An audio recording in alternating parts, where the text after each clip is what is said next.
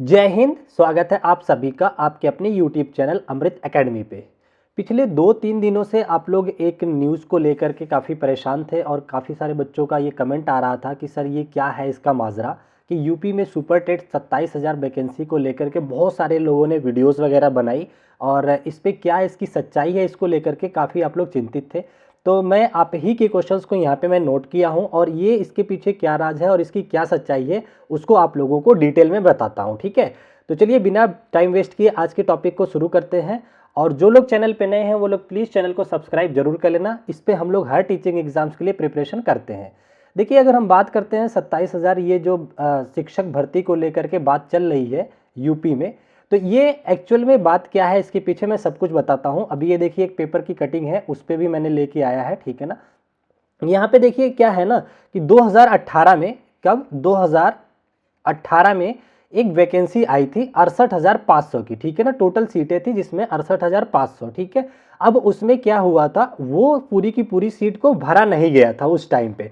उस टाइम पे केवल और केवल भरा गया था, अब मैं आपको वो भी दिखा देता हूँ डेटा। ठीक है, यहाँ पे सारा डेटा है अपने पास। ठीक है ना, ये देखिए उस टाइम भरा गया था 41,556 सीटों को भरा गया था एक कट ऑफ के थ्रू। ठीक है, तो अब क्या बात निकल करके आ रही है, तो कुछ बच्चों ने उस टाइम के ये याचिका डाला था कोर्ट में कि इसकी मेरिट को घटा करके जो बच्चे उसी टाइम में जो फॉर्म भरे थे, जो रह गए थे, उन्हीं को मौका मिले उसके लिए। ठीक है ना, तो अब क्या हुआ देखिए यहाँ पे आगे देखिए क्या कह रहा है कि शिक्षक भर्ती में रिक्त 27,713 पद पे मेरिट गिराकर चयन नहीं होगा।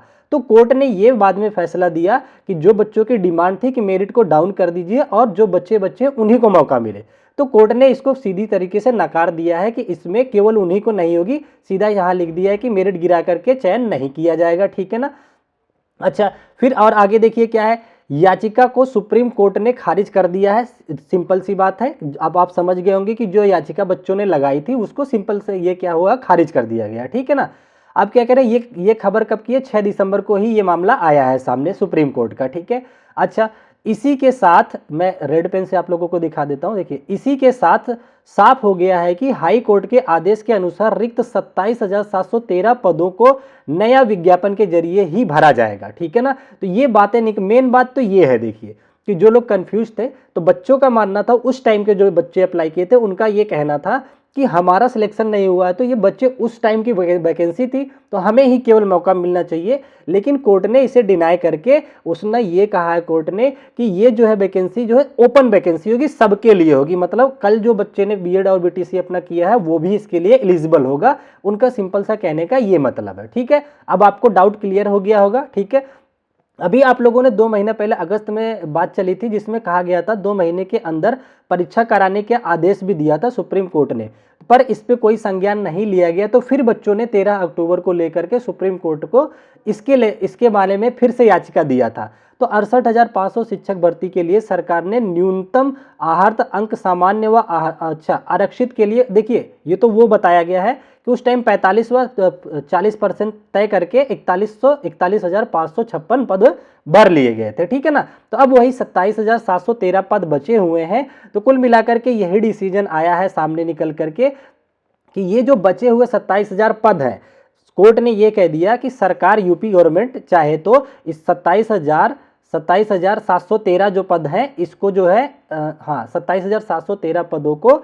किस तरीके से भरेगी, ओपन वैकेंसी निकाल करके भर सकती है जल्द से जल्द। ठीक है, तो अब इसके पे लेकर के जो आपके डाउट हैं, जो क्वेश्चन बन रहे थे आपके मन में, वो मैंने लिखे हुए जो आपके पर्सनल मैसेजेस और कमेंट के माध्यम से थे।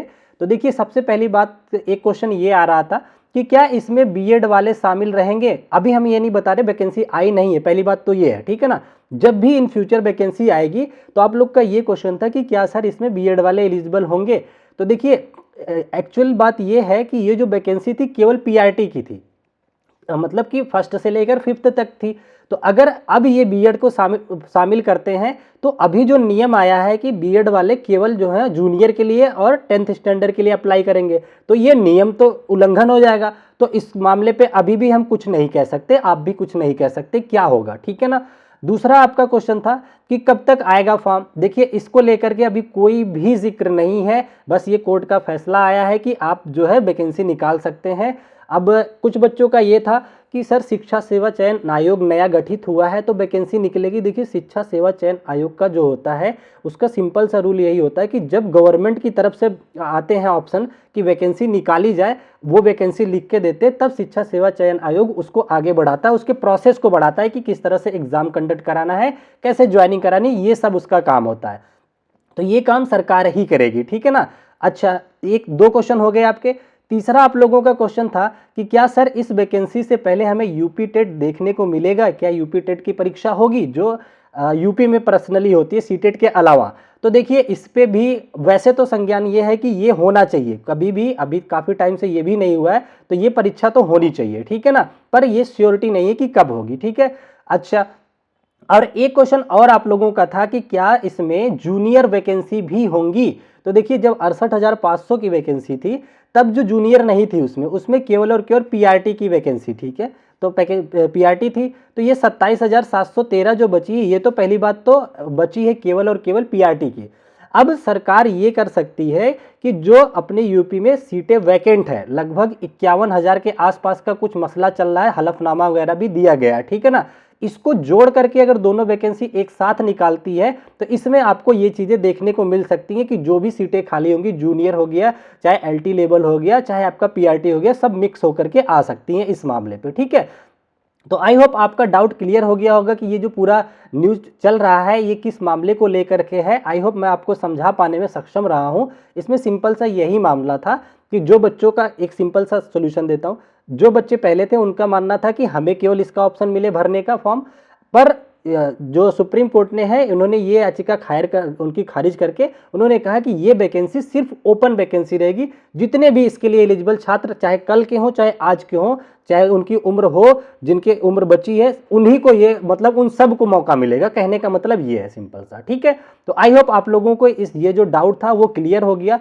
बाकी और रही बात वैकेंसी को लेकर के, तो ऐसा भी कोई भी कुछ भी न्यूज़ नहीं है, ठीक है। आपके सामने जो एग्जाम्स आपके अदर हैं आप लोग उस पर फोकस रहिए और आप मन लगा करके अपनी पढ़ाई कीजिए। जब भी वैकेंसीज आएंगी उन सारी चीज़ों पे फिर बातचीत होगी, कैसे आगे पढ़ाई करनी है उन सारी चीज़ों पे हम चर्चा करेंगे, ठीक है। तो आई होप आप लोगों को जानकारी अच्छी लगी होगी, तो लाइक शेयर सब्सक्राइब कर सकते हैं। बाकी फर्दर जो भी एग्जाम टीचिंग के है उसके लिए आप सब्सक्राइब कर लीजिएगा, ठीक है। चलिए आज की वीडियो को यहीं तक रखते हैं, फिर मिलेंगे आप लोगों से नेक्स्ट वीडियो में। तब तक के लिए bye bye, take care, thank you so much, जय हिंद।